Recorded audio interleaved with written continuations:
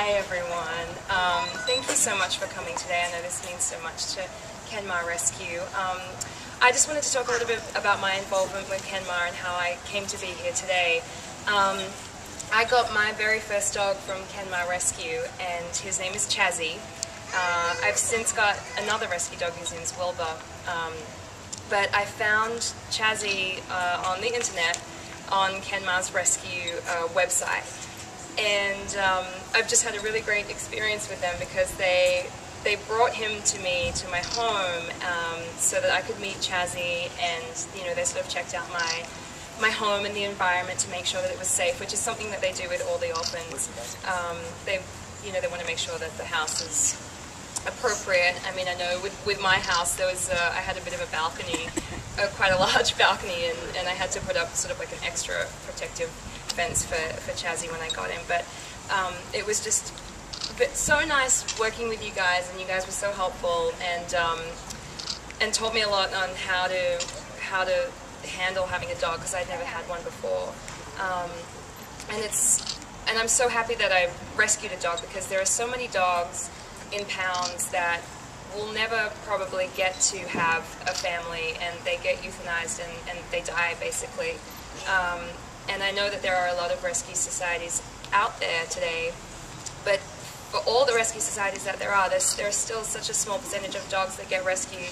So this is sort of my plea to you guys who don't have dogs, and if you've ever considered having a dog, please rescue a dog, because just like any other dog, they deserve all the love and attention that you guys can give them. And I know that most people, before they take on the responsibility of having a dog, you always wonder, oh, am I going to have time for the dog?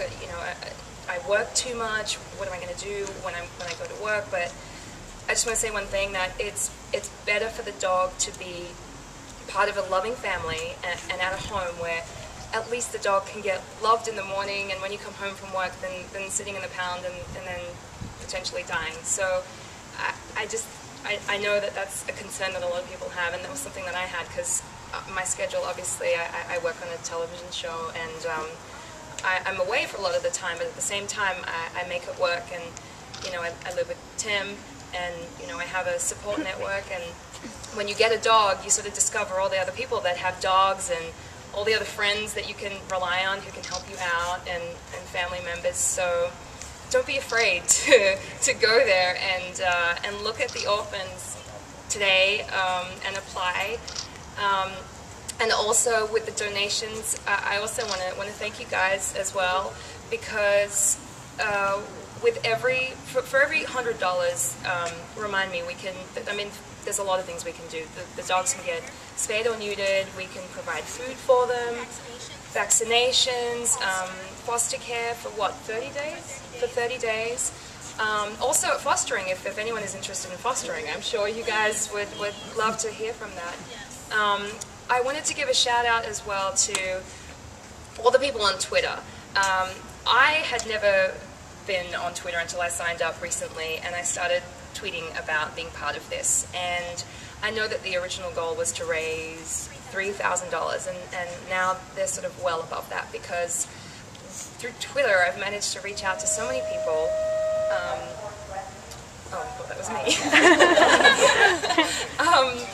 And there are so many donations coming in from the places like England and the Czech Republic, and it's just amazing, in Australia. And also a big shout out to Bailey. Where is she? Bailey, otherwise known as Little Chalk Band. Big round of applause.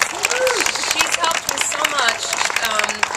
She started a $5 for Kenmar Rescue campaign, and you guys have had so many $5 checks coming in from all over the world, and it just means so much, and it means so much to me and Kenmar and the orphans.